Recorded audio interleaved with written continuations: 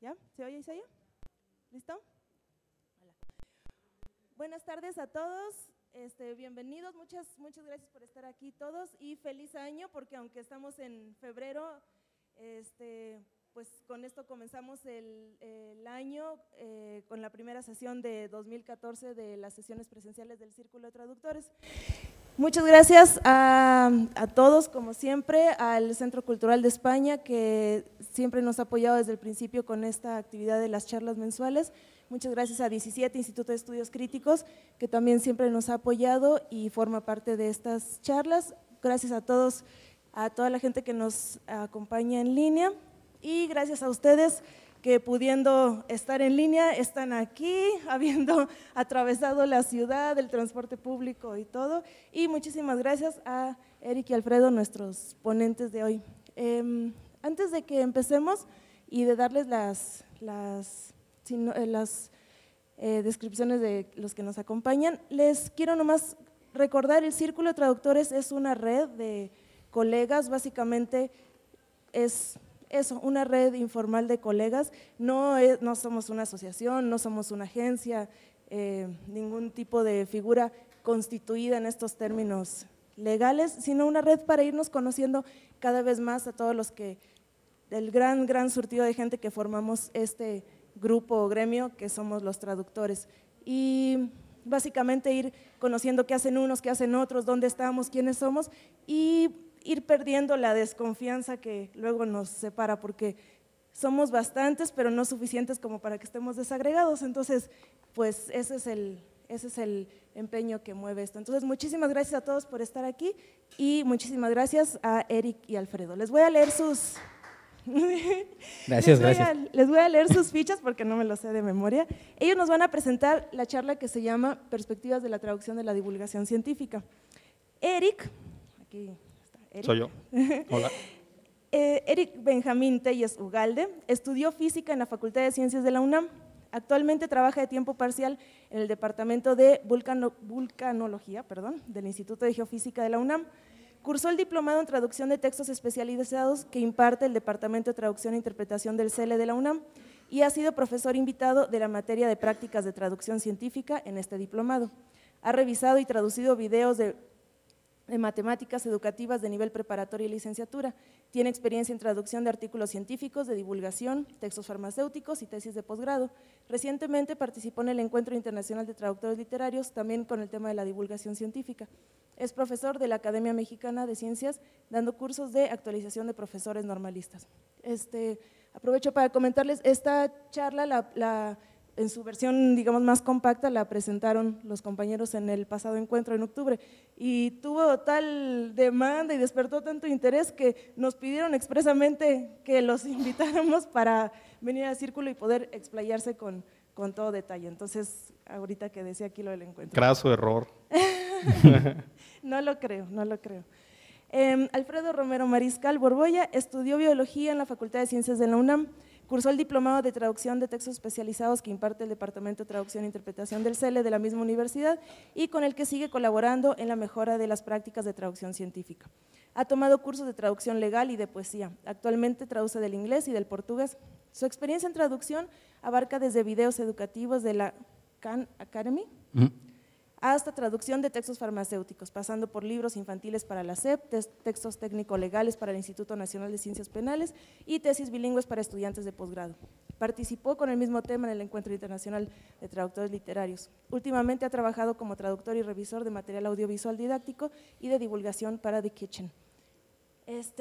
Son Eric y Alfredo, nuestros ponentes. Muchísimas gracias. La mecánica es que ellos nos van a presentar su charla, luego abrimos la ronda de preguntas y comentarios.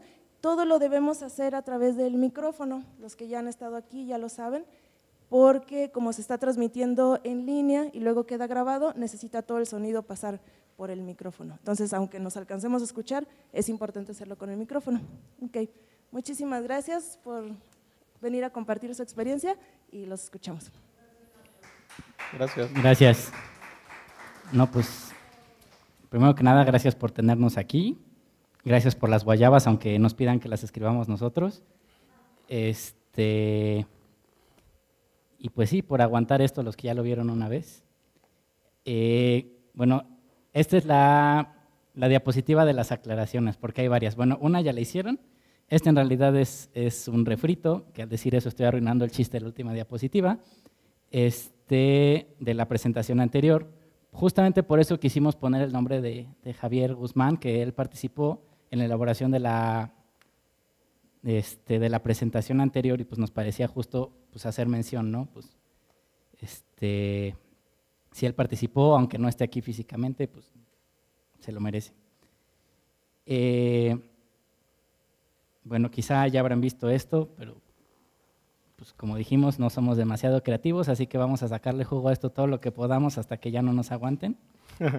Y bueno, y otra aclaración que ya habíamos hecho en la presentación anterior, o sea, ante todo se hace un enfoque discursivo, sin embargo, debido a que es una presentación y un PowerPoint y no vamos a andar analizando textos muy extensos, el enfoque va a ser más bien textual y gramatical tradicional por cuestiones de tiempo y espacio.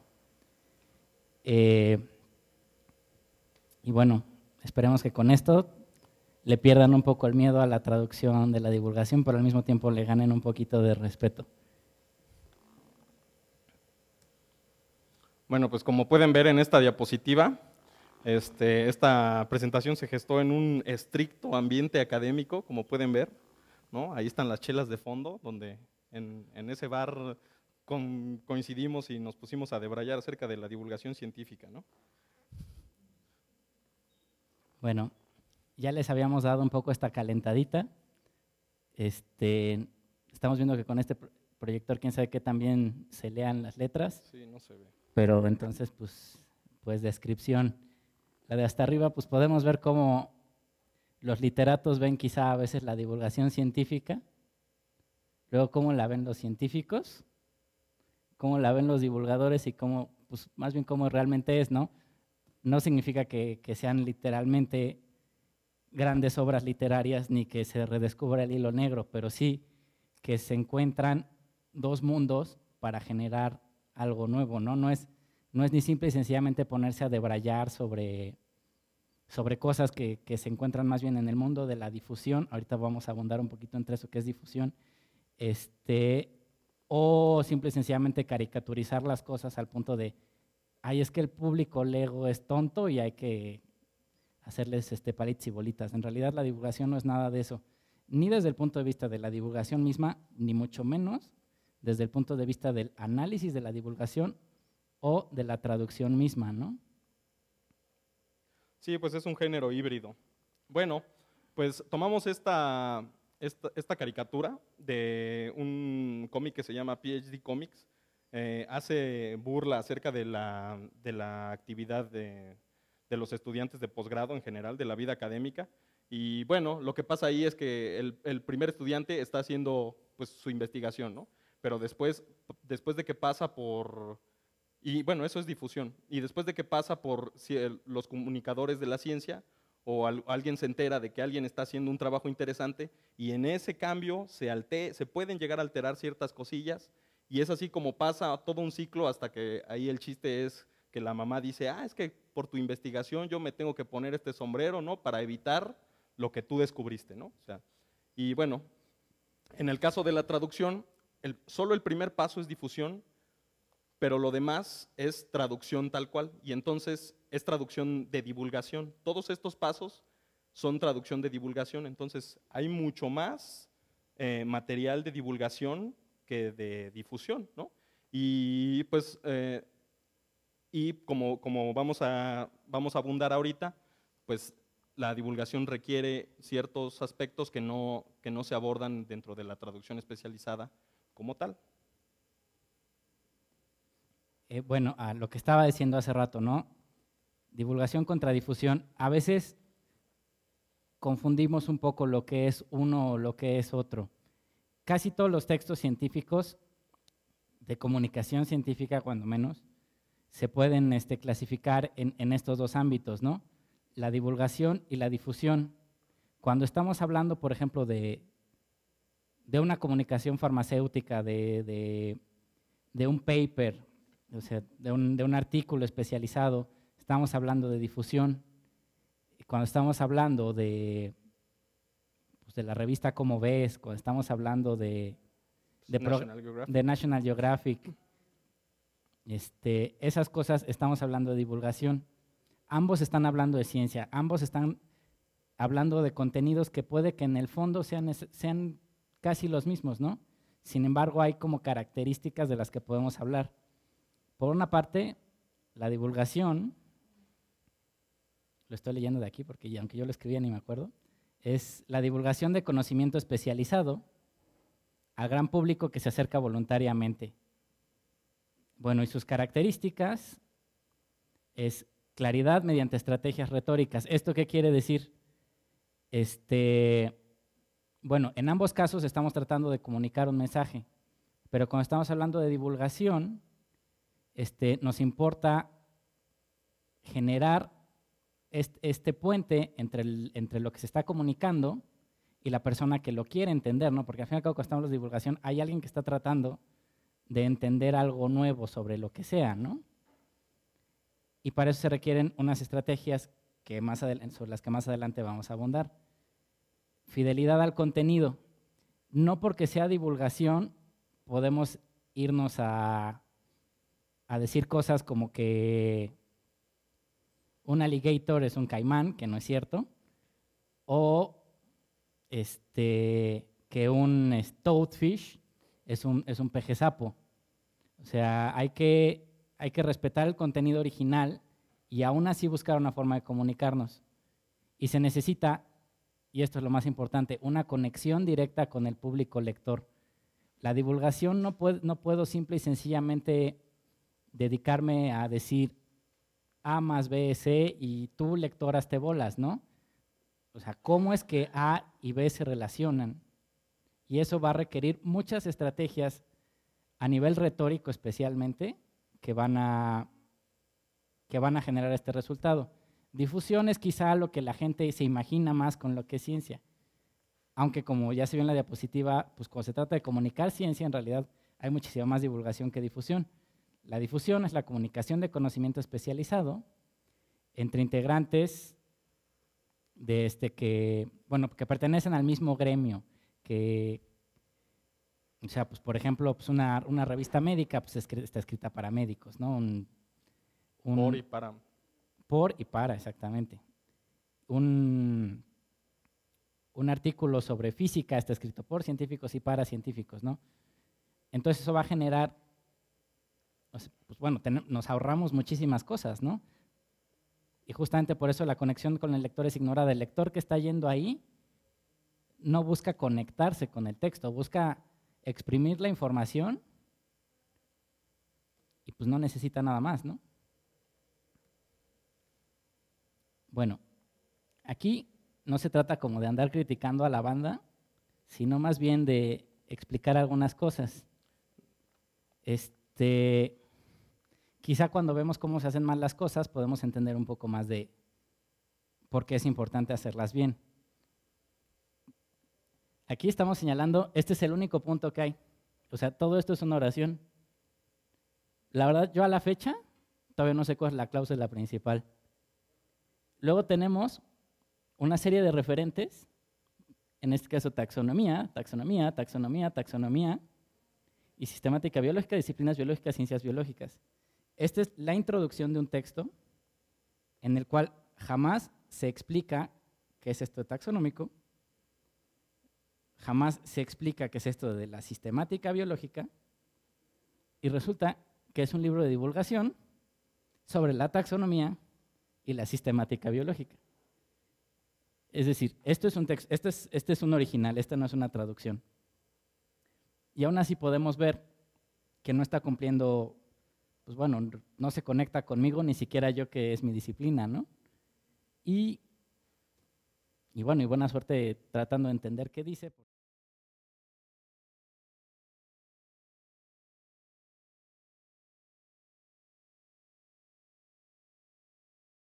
Por ningún lado, ¿no? Bueno, a ver, detente tantito. Bueno, este párrafo sale en un libro que está dentro de una colección que se llama La Ciencia para Todos, y es una colección pensada justamente para acercar temas científicos muy complicados o complicados en general a cualquier persona, o sea, de hecho, pues se llama la ciencia para todos, ¿no? Con este ejemplo pues, no se logra, y hay varios, ¿no? Varios en los que, pues no hay una conexión con el lector, el libro es difícil. En realidad conozco a compañeros de la carrera de física que con los libros de esta colección lograron entender pues, sus materias del cuarto semestre de la licenciatura en física, sobre todo en electromagnetismo, ¿no? O sea, y entonces, bueno, es un buen proyecto, la primera vez que salió fue como en 1989, y entonces, pues esa primera aproximación, pues a lo mejor no les quedó tan bien. En realidad los libros que están haciendo ahorita están mucho mejor, pero es un buen ejemplo de que esto no alcanza a ser divulgación, o sea, es un texto complicado y bueno, si está complicado en el original, pues la traducción sería complicada, leerlo en otro idioma sería igual de complicado. Ah, sí. Bueno, las 3 escuelas taxonómicas han transformado la sistemática biológica y su repercusión abarca, en mayor o menor grado, a todas las disciplinas biológicas, pero sin duda, el descubrimiento de algunos de los fundamentos de las taxonomías folk contribuyó sobremanera a la historia de la taxonomía de las ciencias biológicas, al ver en las clasificaciones de Linneo, el padre de la taxonomía moderna, los mismos principios y una categorización jerárquica similar a la que aquellas de las culturas mayas estudiadas por Berlín, Bredove, Raven y Barrera.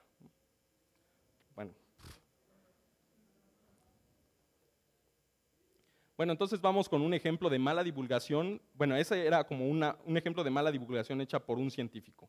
Este es ejemplo de mala divulgación hecha por un no científico y entra pues dentro del género, digamos, de periodismo, ¿no? Es periodismo científico, es una nota encontrada en el Universal. La verdad es que no encontramos ejemplos tan claros de divulgación mal hecha en un libro de literatura, ¿no? O sea, por eso nos fuimos al periodismo, ¿no? En realidad fue complicado encontrar, y en estos ejemplos se ve muy claro cómo la información pues no pasó del todo bien por el escritor, ¿no? Primero dice 4 tazas de café contra el cáncer de próstata, eso es el título, y luego en el subtítulo dice hombres que beben 6 o más tazas de café al día tienen bla bla bla, ¿no? Entonces, primero hace como una aseveración categórica, y después como que no es del todo categórica, es un porcentaje, ¿no? Y bueno, después de ahí podemos ver que en el cuerpo del texto, regrésate, aquí dice, es que quedó fuera, es acá, perdón, no lo marcamos, es un error nuestro. Aquí dice bueno, ahí 4 y 6 o más tazas, y aquí dice IO, por ejemplo, dice Janet Stanford, codirectora del programa de investigación de cáncer de próstata, indicó que los hombres que bebían 4 o más tazas de café al día tuvieron un 59% de reducción en el riesgo de recurrencia de cáncer de próstata y o progresión en comparación con aquellos que bebían 1 o menos tazas por semana. Ese IO es realmente grave porque, y perdón que no lo hayamos señalado, porque si se recuerdan de sus clases de tablas de verdad, pues el IO es un operador lógico, ¿no? Que afecta las proposiciones de las que estamos hablando. Entonces, ambas son verdaderas y es verdadero todo lo que se dice, y una es falsa y la otra verdadera y se pueden cumplir las condiciones, ¿no? Entonces, la investigación como que no deja bien en claro qué pasó aquí, ¿no? Lo más probable es que la persona que lo escribió leyó por ahí una revista, no sé, Nature, puede ser, y no entendió del todo qué es lo que estaba pasando y entonces esto fue lo que salió, ¿no? Bueno, esta es una nota periodística pues real, ¿no? El Universal, 27 de agosto del año pasado. Y bueno, afortunadamente tenemos aquí un ejemplo de divulgación así súper afortunada, es un clásico de la divulgación, se llama Planilandia, Flatland en inglés, salió como en 1884, y está escrita por un teólogo que se llama Edwin Abbott, también era literato y maestro de escuela, y el libro trata sobre un cuadrado que vive en un plano en el que el sistema político y social es extrañamente muy parecido a la sociedad victoriana de aquel entonces, ¿no? En realidad, las personas son figuras geométricas, cuadrados, etcétera. Los más pobres son triángulos y dependiendo de esa escala social y económica, cada quien va aumentando de rango, ¿no? Cuadrados, luego pentágonos y un sacerdote es un círculo. Las mujeres, obviamente, ¿no? Son líneas rectas porque son inferiores, ¿no? Bueno, es una crítica muy, muy dura. Este señor era maestro en una primaria y hace bueno, es una crítica muy buena. Y aprovecha para hablar de geometría. O sea, él dice, bueno, ¿cómo es que viviría la gente en un plano? Bueno, pues, no sé, pues, ¿cómo es que dos personas se atravesarían? Bueno, pues tendrían que, sobre el mismo plano, moverse, ¿no? Etcétera. Pone varios ejemplos. Y también habla sobre otro lugar que se llama Linealandia, que es solamente una línea, y también habla sobre, de repente en uno de sus viajes, se encuentra con una esfera. Y el caso es que la esfera, ellos dos empiezan a platicar, y la esfera le dice, y bueno, y es por esto que es un ejemplo muy bueno de divulgación. Vuestro reino de 2 dimensiones no es lo suficientemente espacioso para representarme a mí, un ser de 3, sino que solo puede mostrar una rodaja o sección de mí, que es lo que vosotros llamáis un círculo. Esa disminución del brillo de vuestro ojo indica incredulidad, pero disponeos ahora a recibir una prueba positiva de la veracidad de mis afirmaciones. No podéis ver realmente más que una de mis secciones o círculos cada vez, pues no tenéis capacidad para elevar vuestro ojo fuera del plano de Planilandia. Pero podéis al menos ver que, cuando me elevo en el espacio, mis secciones van haciéndose más pequeñas. Fijaos ahora, me elevaré, y el efecto sobre vuestro ojo será que mi círculo se irá haciendo cada vez más pequeño hasta reducirse a un punto y finalmente desaparecer. Bueno, pues es lo que pasa aquí, es lo que se está mostrando, ¿no? El ojo del cuadrado está por allá, y la esfera se está moviendo de tal forma que el ojo, como no puede salir del plano, solo puede ver lo que está en el plano, pues ve como un círculo cada vez más chico y finalmente desaparece. Después de esto, el cuadrado mismo dice, yo no vi que se elevara de ninguna forma, pero efectivamente desapareció. Y bueno, esa es, o sea, la estructura retórica que usa, o sea, es genial. Por eso lleva siendo 100 años como un clásico, ¿no? Un clásico, sobre todo entre los matemáticos. Probablemente sea obligatorio en la materia de matemáticas, por ahí en historia de las matemáticas, porque es un libro muy, muy afortunado. Cabe mencionar que dentro de la literatura también se considera estilísticamente a la par de muchísimos clásicos, ¿no? No es solo un libro, sí, te está hablando de geometría, ¿no? Realmente está hablando, como bien dijo Eric, o sea, nos habla de cuestiones sociales y políticas al mismo tiempo que nos está enseñando geometría, ¿no? Y lo está haciendo de una manera que no es ni, pues como lo vieron, no tiene nada de condescendiente, pero al mismo tiempo busca formas de darse a entender, ¿no? Y de hecho, La Ciencia para Todos, la serie que les mostramos anterior, tiene un libro parecido. El profesor Alejandro Ileáñez, matemático del Instituto de Matemáticas, retomó esta idea de este libro para hacer un libro acerca de más dimensiones, ¿no? 4ª dimensión, 5ª dimensión, geometría de esas dimensiones. Se basó en algo parecido y le salió un libro que es bastante bueno. Es muy bueno, también dentro de La Ciencia para Todos. Bueno, aquí es donde empezamos a entrar un poquito más en tema, ¿no? Al analizar el discurso de lo que es un texto literario, perdón, un texto de divulgación, podríamos dividirlo en 2 cosas, ¿no? Como hacia dónde lo jala la parte literaria de la divulgación y por otro lado hacia dónde lo va a mover el hecho de que al fin y al cabo seguimos hablando bueno, en este caso en particular de ciencia, ¿no? Enfocándonos un poco más en lo que es en la prioridad literaria, no hay que hacer menos el uso de la función referencial. Como mencioné en el ejemplo que decía taxonomía, taxonomía, taxonomía, taxonomía, ¿no? Eso a un lector lo cansa en 5 segundos, ¿no? Catáfora y anáfora, ¿no? Exactamente, o sea, el uso de elementos catafóricos y anafóricos para darse a entender facilita no solo la lectura, sino la comprensión del mismo tema, ¿no? Cuando uno está leyendo un texto de difusión, esto se evita, ¿no? O sea, todo el tiempo se dice, el compuesto X, el compuesto X, el compuesto X, y este tiene una razón de ser. No se puede dar el lugar a la más mínima ambigüedad, ¿no? Pero cuando se está hablando de divulgación, lo que importa es tener al lector cerca, no simple y sencillamente decir esto, ¿no? Entonces, pues se puede decir la taxonomía, bueno, lo antes referido, esta rama, y eso se encuentra todo el tiempo en la divulgación, cosa que igual podría resultar un poquito de, pues sí, así se escribe, ¿no? Pues no siempre, en la difusión no se escribe, y sin embargo es algo de lo que se hace mucho uso en divulgación. Luego está la intertextualidad, específicamente la polifonía.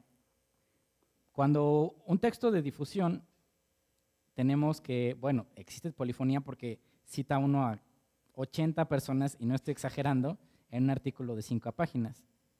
Entonces, pero el texto es completa y absolutamente plano. En realidad hay intertextualidad, pero hay una sola voz.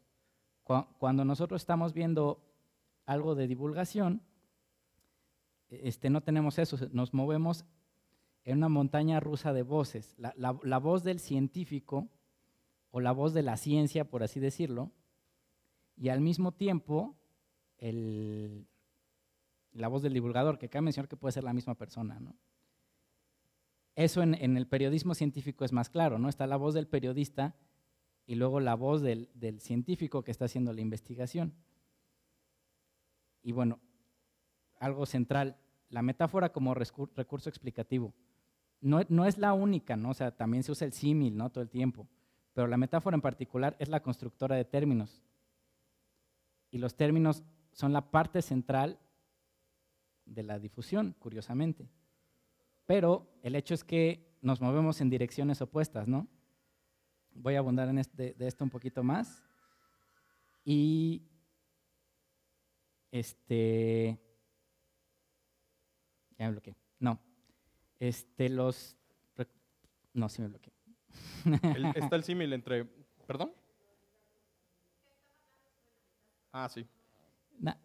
Sí, no, bueno, es que en realidad voy a entrar en eso un poquito más en forma en la diapositiva siguiente, pero el punto más bien es los mismos recursos que se utilizan, incluso ya en formas más complejas, como lo que es la poesía, se encuentran muchísimo en la divulgación, por el solo hecho de que tenemos que hablar de mundos que pueden parecerle completamente alejados a la gente, ¿no?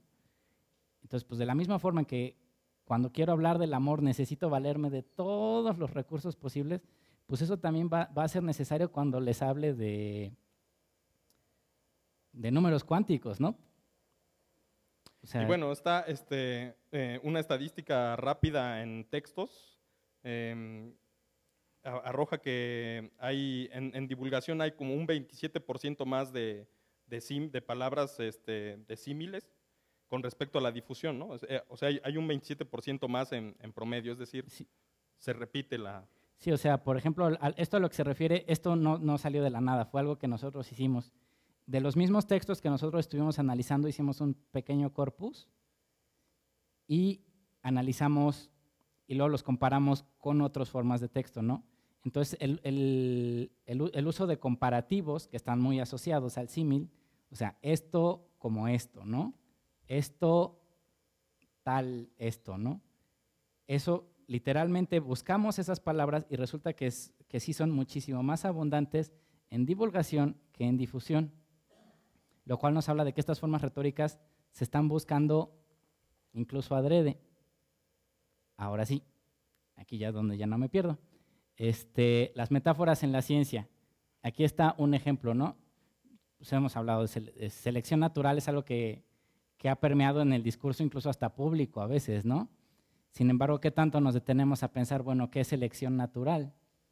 Selección natural es algo que expresamente el mismísimo Darwin usó como una metáfora, no para decir, es que la naturaleza activamente llega y agarra este monito y este monito va a evolucionar, ¿no? Sino a lo que se refiere es que aquellos que tienen ciertas características van a sobrevivir y se van a reproducir. Pero ni modo que andamos diciendo cada que cada que hablamos. Aquellos con tales características van a sobrevivir y van a reproducir. Entonces, la construcción de metáforas se va volviendo una forma de hacer un discurso pues, inteligible, o sea, ni siquiera nos vayamos más lejos. Pero el problema es que cuando nosotros regresamos a hablar de divulgación, tenemos que andar pensando, bueno, ok, esta metáfora pues es más o menos transparente, pero casi cualquier término científico es una metáfora. ¿Y cómo nos vamos a valer para comunicarnos con un público para que entienda estos términos? Pues desatando esta metáfora, pero para eso vamos a necesitar más metáforas, vamos a necesitar símiles, vamos a necesitar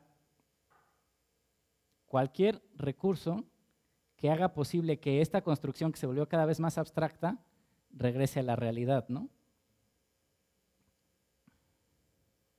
Bueno, pues analizando el discurso, al igual que en la difusión, la terminología sigue jugando un papel central. No se puede sacrificar precisión por acercamiento, ¿no? Si le damos a la prioridad técnico-científica de un texto, ¿no? La terminología es lo más importante. Y la estructura central del contenido, como dice aquí, tiene una tendencia a regresar al original, algo que nosotros le llamamos contrapolifonía, es decir, no se pueden usar tanta catáfora y tanta anáfora como en un texto literario puro, digamos, si es que eso existe, ¿no? Y bueno, eso produce allanamiento del texto, es decir, sí va a ser un poquito más aburrido que una novela, tal vez que un cuento para niños, ¿no? Bueno, y vamos a analizar un texto rápidamente en el que pasan algunas cosas interesantes. Aquí tenemos un texto base y un texto traducido por un científico.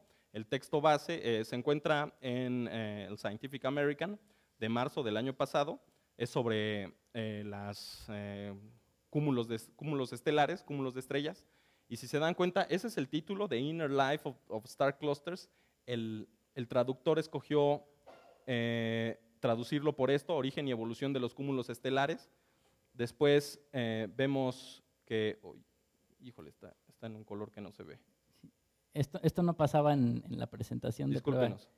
¿Quién sabe qué pasó ahí? Bueno, Astronomers Know, ¿no? En inglés está como muy, o sea, no se dice quiénes no, o sea, Pásate a la siguiente, ahí están. Bueno, tienes razón. Y luego Decades Apart, un intervalo. Sí, esto. Nubes primordiales y por Parent Clouds. Bueno, Parent Clouds aquí está, aquí lo marqué.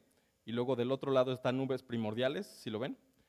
Y entonces, lo que pasa aquí es que durante todo el texto, el texto original, durante todo el texto original, el autor agarró y se fue con Parent para hacer yo creo que para hacer un símil con los parentescos humanos, ¿no? Entonces, dice Parent Cloud, Mother Cloud, así. O sea, entonces, como que le quita algunas cosas que justamente van enlazados con el título, que vamos a ver justo en la diapositiva siguiente, ¿no? O sea, esta es como mi propuesta de traducción. El título anterior era Origen y evolución de los cúmulos estelares, me pareció más adecuado y más llamativo incluso la vida privada de los cúmulos estelares para que se hiciera este juego de palabras con los parentescos. Y entonces es lo que pasa aquí abajo con Parent Cloud, nube madre, ¿no? Aquí dice nube primordial, como que es un registro un poquito más alto. Y con Parent Cloud, pues digo, con nube madre como que hay una cierta cercanía, ¿no? Y entonces después viene estos otros dos problemas de los que decíamos. Los astrónomos saben esto, eso se quitó del original, porque no es tan fácil traducir Astronomers Know. Entonces, de hecho, tenemos dos propuestas, ¿no? Bueno, varias. O sea, los astrónomos, algunos astrónomos, eso llevaría un poco más de tiempo de discutir, ¿no? ¿Cuál sería la mejor? Pero también incluso la comunidad de astrónomos sabe esto, ¿no? Y eso se quitó de la traducción, que pues también está en el símil español de Scientific American, que se llama Investigación y Ciencia, que sale 2 meses después del original, ¿no?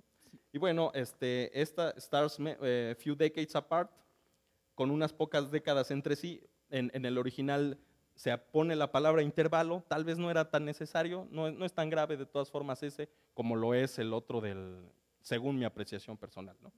Y bueno, aquí tenemos otro. Sí. Uy, es que es un montón, se nos va a ir, pero ¿Sí? Bueno, ajá. All, ¿cuál? ¿El inglés? O sea, ¿Español? o sea, quizá, ajá, All young OB associations have similarly high densities and arise from especially massive parent clouds. Yet, despite the tremendous gravity within these systems, the stars in older OB associations are not just gradually dispersing, but are actively flinging themselves out into space. Astronomers know this because images of mature OB associations taken just a few decades apart show that the member stars have moved farther away from one another. Todas las asociaciones OB jóvenes presentan altas densidades similares y surgen de nubes primordiales especialmente masivas. A pesar de la formidable gravedad en estos sistemas, las estrellas de las asociaciones OB más antiguas no se dispersan de forma gradual, sino que salen despedidas hacia el espacio. En las imágenes de asociaciones OB maduras, tomadas con un intervalo de tan solo unas pocas décadas, se observa claramente cómo sus miembros se han separado unos de otros. Y el título es The Inner Life of Star Clusters y Origen y Evolución de los Cúmulos Estelares. Entonces,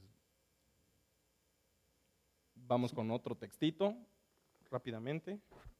bueno, pues entonces pues, se los leo desde el principio, ¿no? Y de ahí. Bueno, este es un texto sobre especies invasivas. Es, como aquí no está el título, nada más quería aclarar eso antes. Es the U.S. Fish and Wildlife Service and U.S. Geological Survey, among other agencies, are implementing a plan to manage the fish spread. Engineers have set up electrical barriers to limit access between rivers and the Great Lakes. There is some good news. Carps in several rivers have shown signs of slowing population growth. Our best chance to control these fish might be to harvest them and to use them, says Purdue University Ruben Goforth. One option is to cook and sell the fish. A PR campaign has lobbied to shed carp's bony stigma by changing its name to silverfin. El Servicio de Pesca y Vida Silvestre y Servicio Geológico de los Estados Unidos implementan un plan para controlar la propagación de los peces. Los ingenieros han establecido barreras eléctricas para limitar el acceso entre ríos y los grandes lagos. En varios ríos, las carpas dan señales de disminución en el ritmo de crecimiento de sus poblaciones. Lo mejor para controlar estos peces sería criarlos, dice Ruben Goforth de la Universidad de Purdue. Una opción es cocinarlos y venderlos. Una campaña de relaciones públicas ha cabildeado para deshacerse del estigma del pez, cambiándole el nombre a aleta plateada. Bueno, tenemos este mismo problema de que por alguna razón en la presentación original no se tapaba y aquí la transparencia no nos las está tomando en cuenta. Pero bueno, Pues señala. pues más bien, bueno, yo creo que aquí mejor me paro entonces. Bueno, pero ni se ve esto en la presentación. Bueno, entonces no tiene caso. Bueno, por ejemplo, aquí, ¿sí se ve? Ok. Bueno, por ejemplo, aquí dice, there is some good news, ¿no? Y luego, No está. no hay tal, ¿no? Entonces, Es este y aquí no está, ¿no? no hay tal. Bueno, lo que sigue. Así.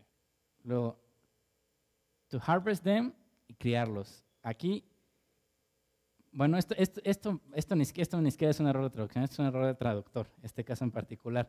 Pero bueno, aún así queríamos como marcarlo. Porque es terminología. O sea, harvest them significa, o sea, lo que pasa es que es una plaga. El pez es una plaga y no se quiere criarlos porque ya son una plaga. Lo que se quiere es aprovechar de que ya son una plaga para harvest them, o sea, para cosecharlos. Simplemente se toman. Es un proceso ligeramente diferente que criarlos, porque criarlos implicaría pues alimentarlos más y que se hicieran más, pero no, ya son una plaga en este río. Y luego, por último, aquí se perdió un juego de palabras. Es carp's bone stigma, y aquí simplemente dejaron estigma del pez, ¿no? O sea, y el juego de palabras queda muy bien porque carp's bony, pues es, o sea, en español, pues también un pez es espinoso. sí, un espinoso estigma, ¿no? Que perfectamente no tiene ninguna razón de por qué no ponerse en la traducción, ¿no? Uh-huh. Y entonces, pues es una persona que en el otro teníamos un traductor científico. Sí, alguien que entendía del tema, pero que le importó un cacahuate que el otro quería hablar de la vida, las madres,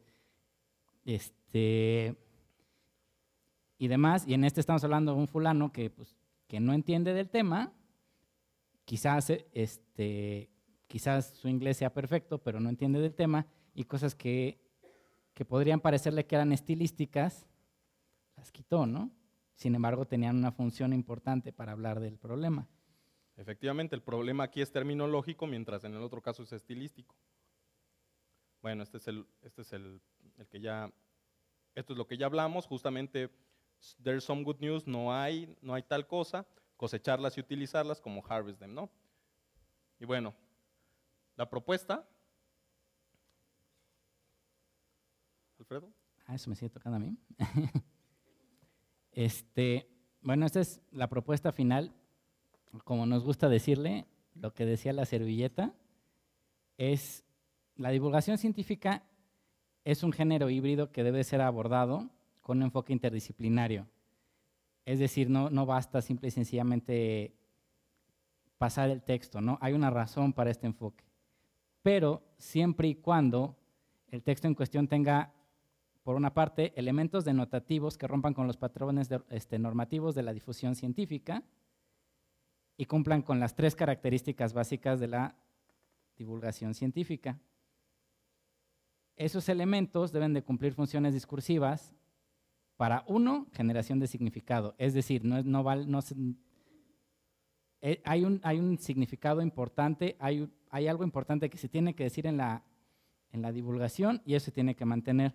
Pero por otro lado, todo el esfuerzo que hizo el divulgador en el texto original también se tiene que mantener, y este es enganchar al público, ¿no? La retórica. Bueno, no es el final tal cual. Por todo eso, bueno, nosotros ya por ahí hace como 2 meses vino por acá María Andrea, Demetrio y Vania, que son los coordinadores del Departamento de Traducción del CELE. Nosotros colaboramos con el plan de estudios de la maestría y colaboramos con específicamente esas 3 materias. Entonces fue, o sea, justo lo que pusimos así es una estructura didáctica enfocada a abordar la naturaleza de los textos de divulgación. De hecho, cuando esto, o sea, nosotros creamos esta materia de traducción de textos de divulgación, no estaba pensado así originalmente, pero para nosotros los científicos la divulgación es precisamente la parte de la traducción especializada más compleja por las estructuras retóricas que en general no existen en los textos especializados, que pues son muy simples, ¿no? O sea, algunos son como casi recetas de cocina. Entonces, nosotros decidimos que esta era la materia más complicada y afortunadamente funciona para el plan de la maestría en traducción porque en el primer semestre se llevan muchas horas de traducción literaria que, pues bueno, van a beneficiar muchísimo a los traductores especializados. Pues sí, y faltaba la página de los recursos, esta no es. Sí, lo que pasa es que no se actualizó el Dropbox de seguro. Bueno, traíamos una lista, principalmente no sabíamos como qué tipo de público íbamos a tener por acá, pero tenemos una lista como de corpus terminológicos especializados, como en las materias de biología, porque justamente ese es el problema, digamos que es un problema que se resuelve un poco más fácil, es un problema que se resuelve un poco más fácil porque aprender pues, retórica y formas literarias pensamos que es un poco más complicado y sin embargo un traductor literario tiene fácil acceso simplemente a bases de datos de nombres, por ejemplo, nombres biológicos, por ejemplo, para no confundir 2 especies, ¿no? Ajá. Y esos simplemente están en internet. O a veces hay algunos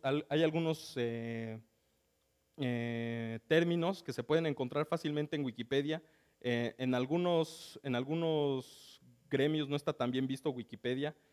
Yo creo, bueno, nosotros creemos que no está tan mal para traducir. O sea, muchas veces las páginas de Wikipedia las actualizan, sobre todo las que están muy especializadas en biología, química, física, matemáticas, computación.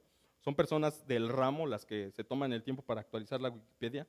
Y entonces, lo que simplemente se hace una búsqueda en español en Wikipedia, se le da a ver en otro idioma y esa es una traducción, pues en muchos casos es fiel y en otros casos es una buena aproximación, es muy buena. ¿no? Sobre todo en textos especializados. O sea, cuando menos sirve para darse un primer quemón, ¿no? Y bueno, no sé por qué esa diapositiva se portó rara como otras partes de la presentación, pero bueno, les puedo decir que en biología lo que pueden usar cuando tengan la duda de alguna especie es buscar en Encyclopedia of Life, que es www.eol.org. Ahí están, si tiene nombre común en el idioma, ahí lo van a encontrar. Si es de química, pueden buscar en la página de la IUPAC, que es IUPAC es la... International Union of Bueno, Pure and Advanced Chemistry, ajá. Applied, Pure and Applied Chemistry, upac.org. Así es, upac.org. IUPAC.org, sí. Entonces, bueno, pues eso es todo. De nuestra parte, ese es nuestro refrito, porque ya lo habíamos presentado en el otro. Gracias. Gracias. ¿Preguntas? Sí. Entonces, ahora las preguntas y comentarios que tengan los hacemos pasar por el micrófono, porfas, para que también lo escuchen los que nos acompañan en línea.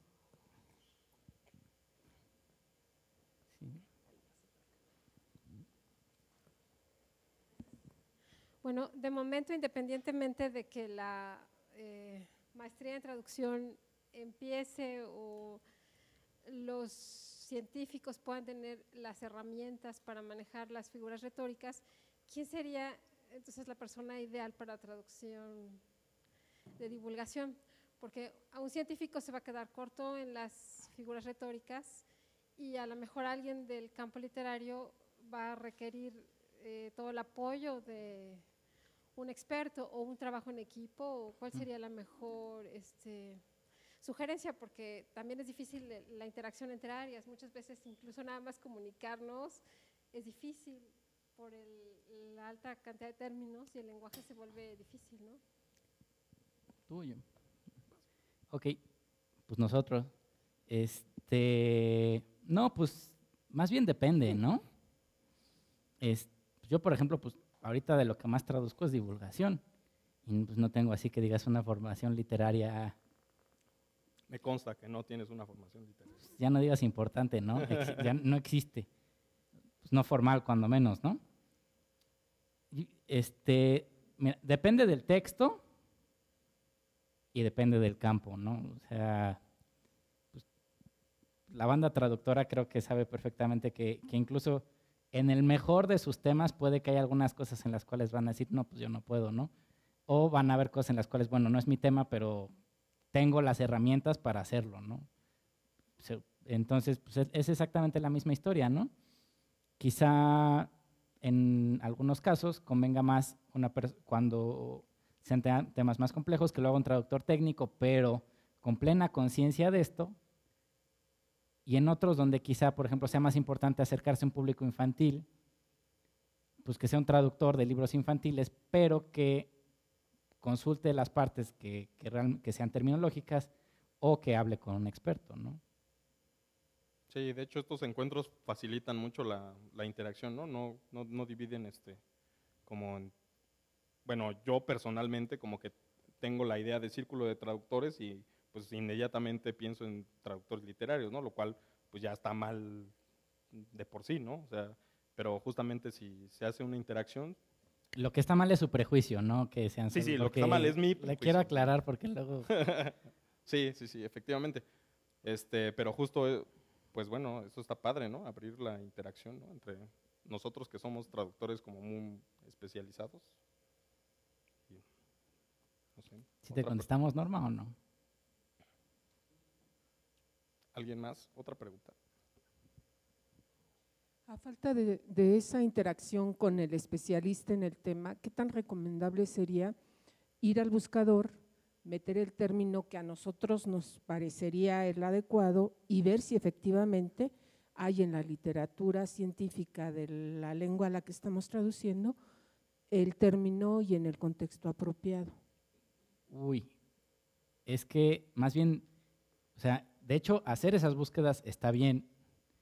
Y acá entre nos ni siquiera los traductores, la misma gente que publica artículos científicos luego tiene que hacer eso, en el original, así, de fácil. O sea, eso sí se tiene, es muy común. Pero, por ejemplo, en vez de usar Google, ¿se pueden usar marcas? Usar Google Scholar, ¿no? Que es un buscador específico para textos académicos, está depurado, revisado por pares, ¿no? O sea, o si vamos a buscar, por ejemplo, yo estoy a favor de usar Wikipedia para esto de la primera aproximación, cuando menos, pero ya que tuvimos esa primera aproximación, pues corroborarla ya en las mismas referencias que aparecen ahí, ¿no? Pero, sí, el tema en biología sobre todo es especial porque, bueno, como normalmente se debería hacer es tomar el nombre, viene el nombre común, ¿no? Y entonces se va al nombre en latín y de ahí se busca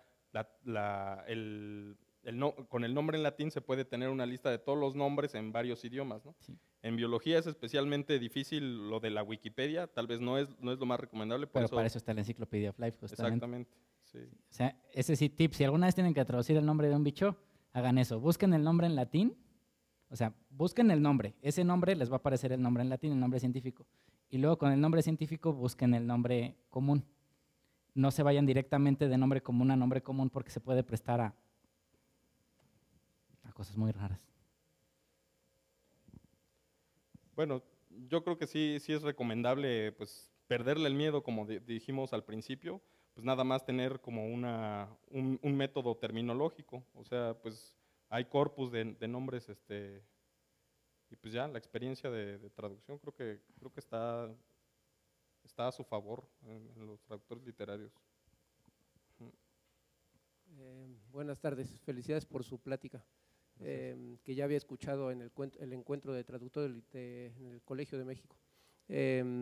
Aprovecho para mencionar pido la palabra para mencionar que en Wikipedia hay uno de los proyectos de la Fundación Wikimedia es justamente la catalogación de las especies. Entonces, la Wikispecies tiene justamente ese mecanismo en el que buscas la especie por su nombre científico.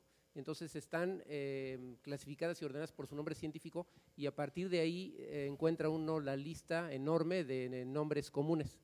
Y esa es la manera más apropiada de encontrar la equivalencia correcta entre idiomas, ¿no? Sí. Y otra cosa, por supuesto, en Wikipedia, Wikipedia es una muy buena aproximación como fuente secundaria que sirve de puente hacia las fuentes primarias, que son las referencias que acabas de mencionar en la base de cada artículo. La fuerza de cada artículo de Wikipedia está justamente en las referencias, en lo buenas o malas que sean las referencias en las que está basado cada artículo. Y aprovecho para invitarlos a la plática que vamos a dar acerca de Wikipedia en este mismo espacio en el mes de marzo, porque ese es mi tema justamente, porque trabajo como voluntario para la representación de Wikipedia en México, que es una asociación civil, Wikimedia México, que está haciendo esfuerzos para que Wikipedia mejore y sea reconocida cada vez más como fuente de información, como primer paso de acercamiento a la información. Muchas gracias a ustedes sobre todo. Gracias por la invitación. Gracias a ti. Perfecto.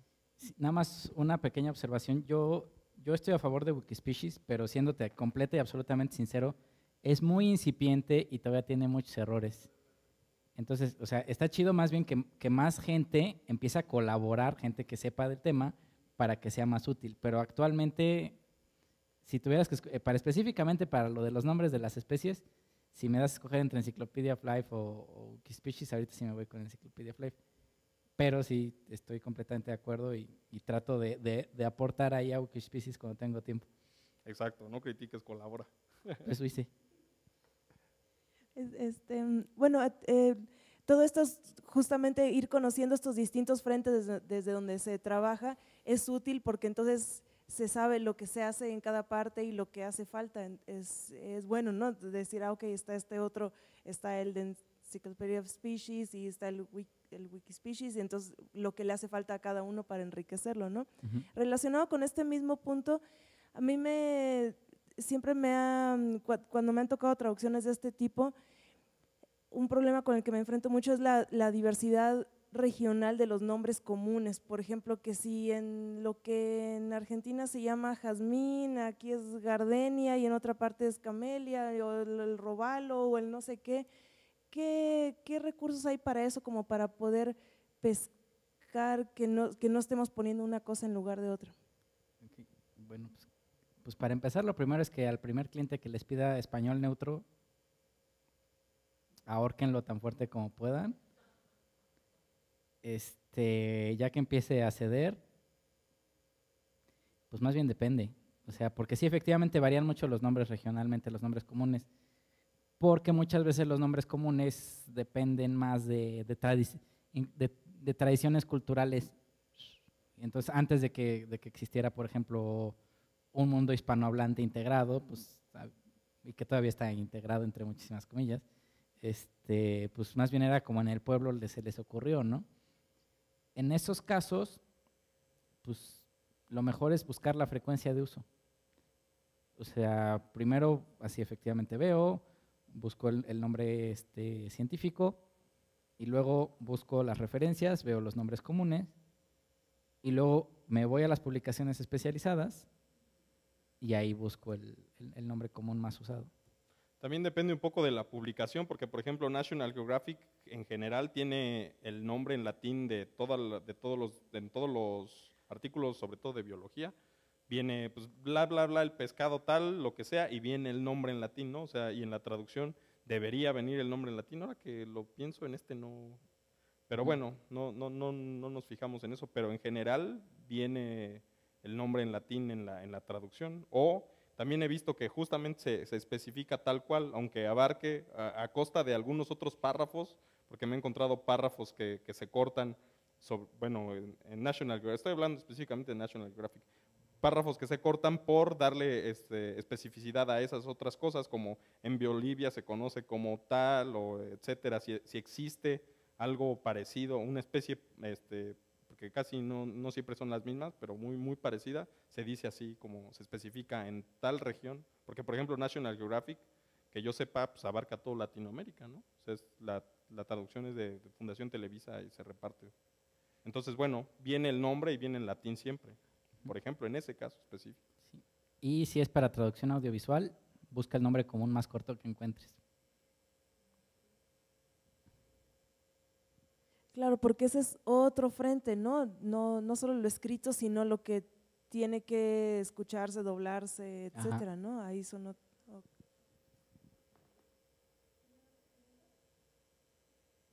Entonces tengo otra pregunta.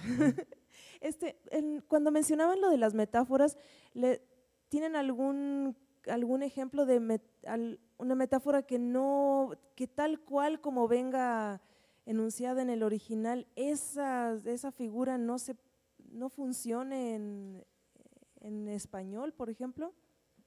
¿O que hayan tenido que adaptar o algo así? ¿Eso ocurre? ¿Podrías replantear un poquito la pregunta? Es que creo que te entiendo, o sea, pero no como estoy por seguro. ejemplo, vimos el caso The Inner Life de los clusters y esto, y entonces en ese caso el traductor simplemente la voló, ¿no? Ajá. Prefirió generar un texto así más científico, parco, digamos, ¿no? Uh-huh. Pero hay casos en los que la metáfora que se use, por ejemplo, esa u otra, es que no se me ocurre un ejemplo, ¿no? Pero me queda la duda si una metáfora podría funcionar en un idioma y no funcionar en otra. ¿Ocurre así? Pues sí, pues pueden ser, pues por ejemplo, los problemas pueden ser incluso de pragmática, ¿no? Y pues ahí pues hay que buscar formas, ¿no?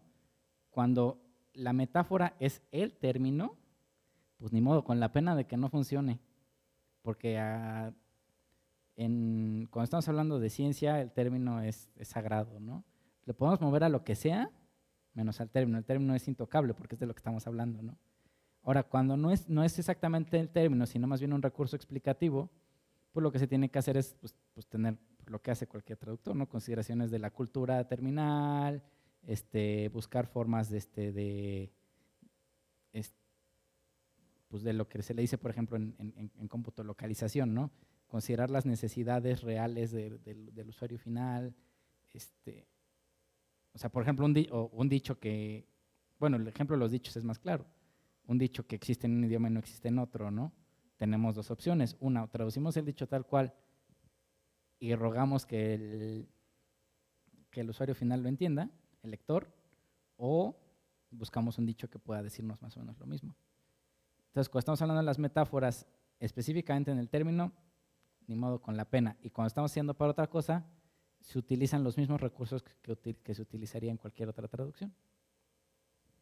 ¿Pueden recordar algún ejemplo de su propia experiencia? Uy, que me venga así a la mente, así rápido. Si vieron que me bloqueé como un minuto hace rato y ahorita,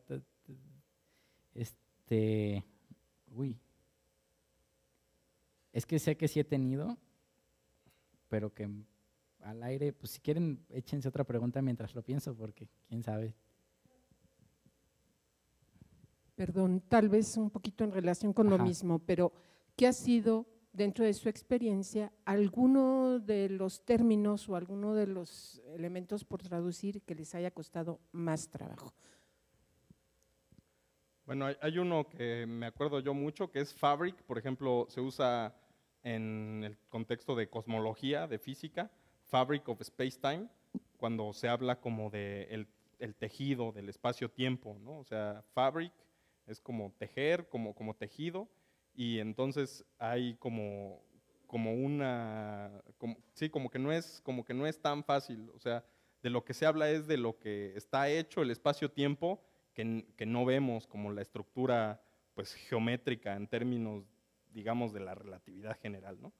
Y entonces ese de Fabric, siempre que lo veo me da dolor de cabeza.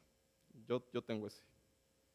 Pues yo hace poco uno que hice era sobre un programa educativo sobre astronomía y era la Big Dipper, also known as Ursa Mayor, ¿no?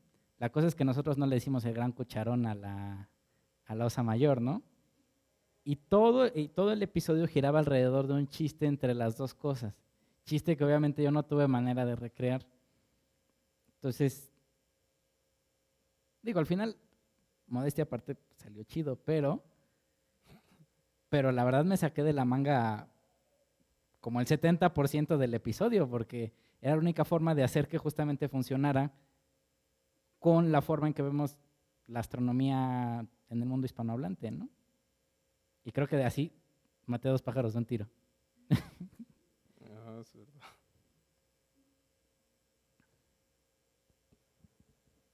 Y con este ejemplo del parent y mother y eso, ¿qué harían ustedes? Pues ahí está. Sí, nosotros, Chan, chan. o sea, es posible que también a veces las editoriales piden como más seriedad, o sea, sobre todo nosotros los hispanohablantes, como que somos un poco más serios a la hora de escribir que los anglosajones, y bueno, un poco más abiertos a la hora de hablar que los anglosajones, ¿no? O sea, es como raro, pero es que es posible que no sea culpa del traductor tal cual, que se haya decidido por un título como un poco más serio, como Origen y Evolución.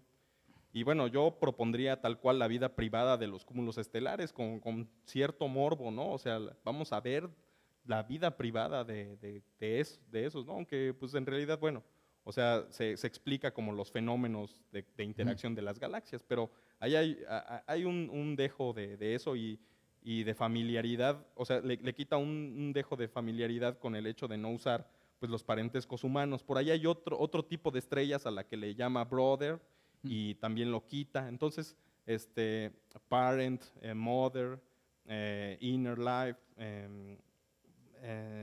hay otro que habla es como un tipo de, como un tipo de primo en segundo orden, que es una palabra no tan común, y pues también ahí lo encontré y no empata, entonces como que también se lo va quitando poco a poco, entonces creo que le quita cierta familiaridad. Yo definitivamente me iría por hacerlo mucho más familiar.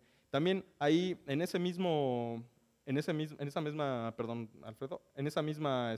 revista hay otro artículo en el que el título igual, y bueno, menciono el título porque en mis clases de traducción mis maestras me decían, es que date el lujo de ser más creativo en el título es lo más libre, ¿no? Al final de cuentas. Y en el título, por ejemplo, habla como de unas abejas robóticas, son unos pequeños robots que polinizan flores, ¿no? O sea, son robots pequeñitos que vuelan y se comportan como abejas.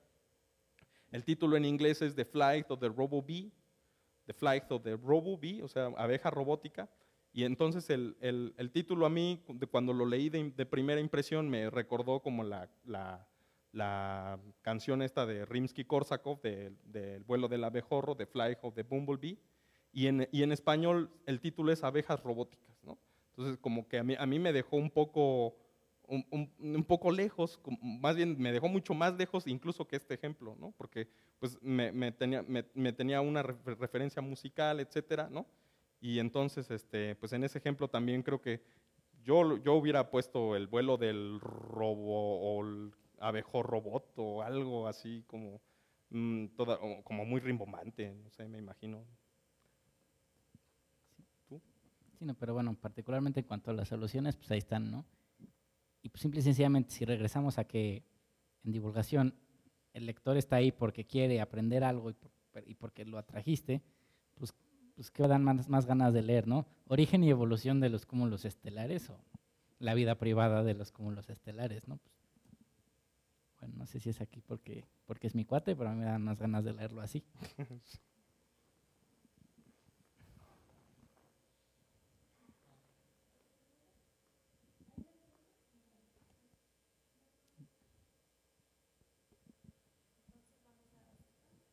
Ok, vamos a…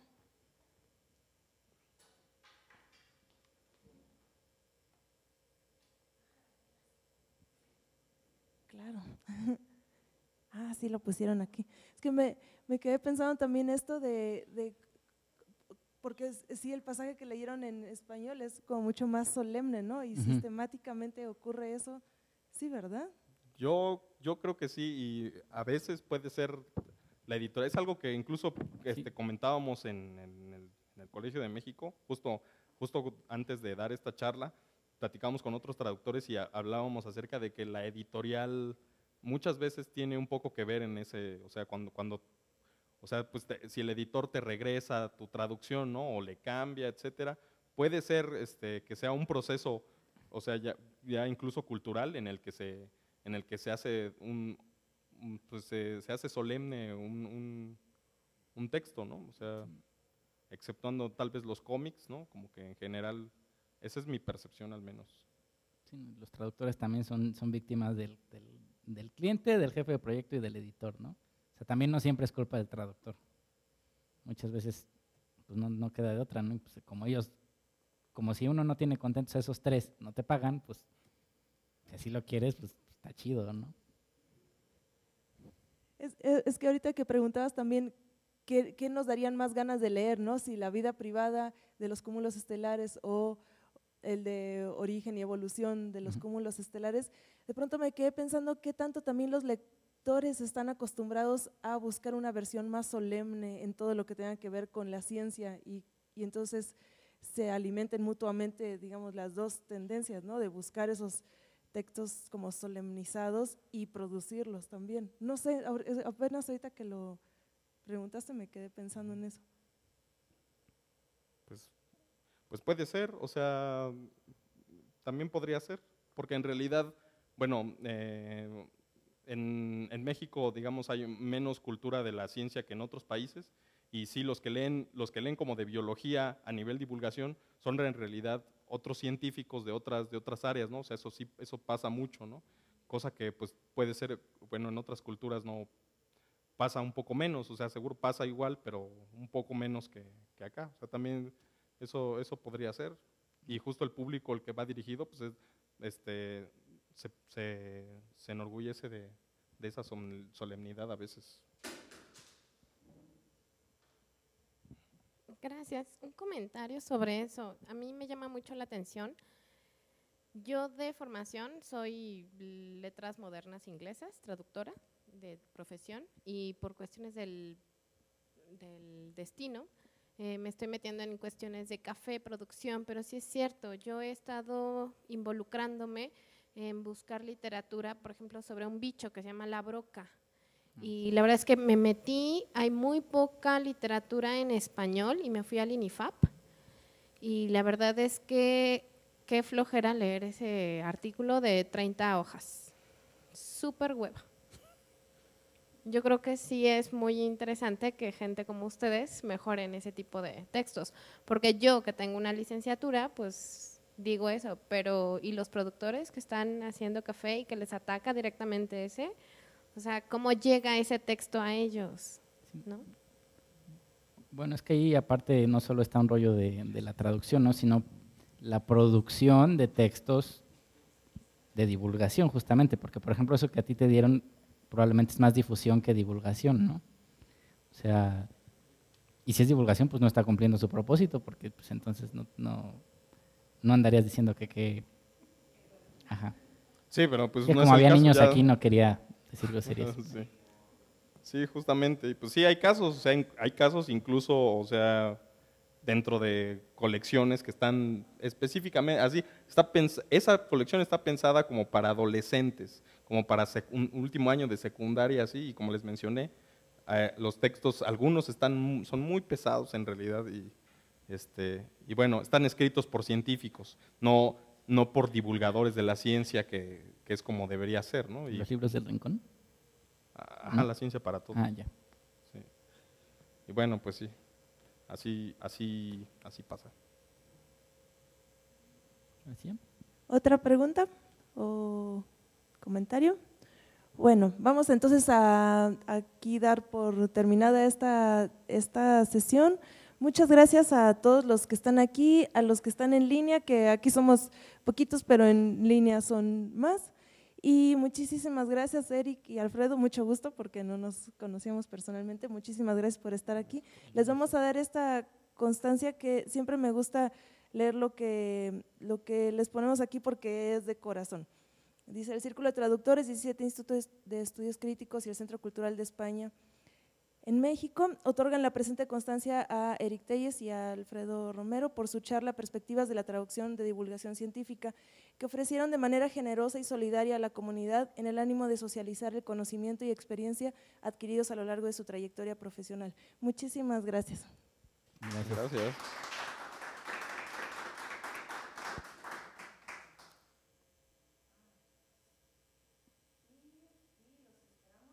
¿Se oye? Y los esperamos en marzo, el 5 de marzo es la siguiente charla. Nos va a acompañar Gustavo Sandoval y está muy vinculado su tema. Él también presentó en el encuentro traductores y también estuvo la solicitud de que pudiéramos escuchar con más detalle su tema, porque luego en el encuentro pues, es muy interesante, ¿no? Es un espectro muy compacto de muchísimos temas y a veces nos quedamos con la curiosidad de escuchar un poco más. Entonces en marzo los esperamos con el tema de la Wikitraducción, que entonces está muy vinculado como ya lo comentaron. Están todos aquí invitados. Nos vemos en marzo. Ahora sí, muchas gracias. Gracias. Gracias.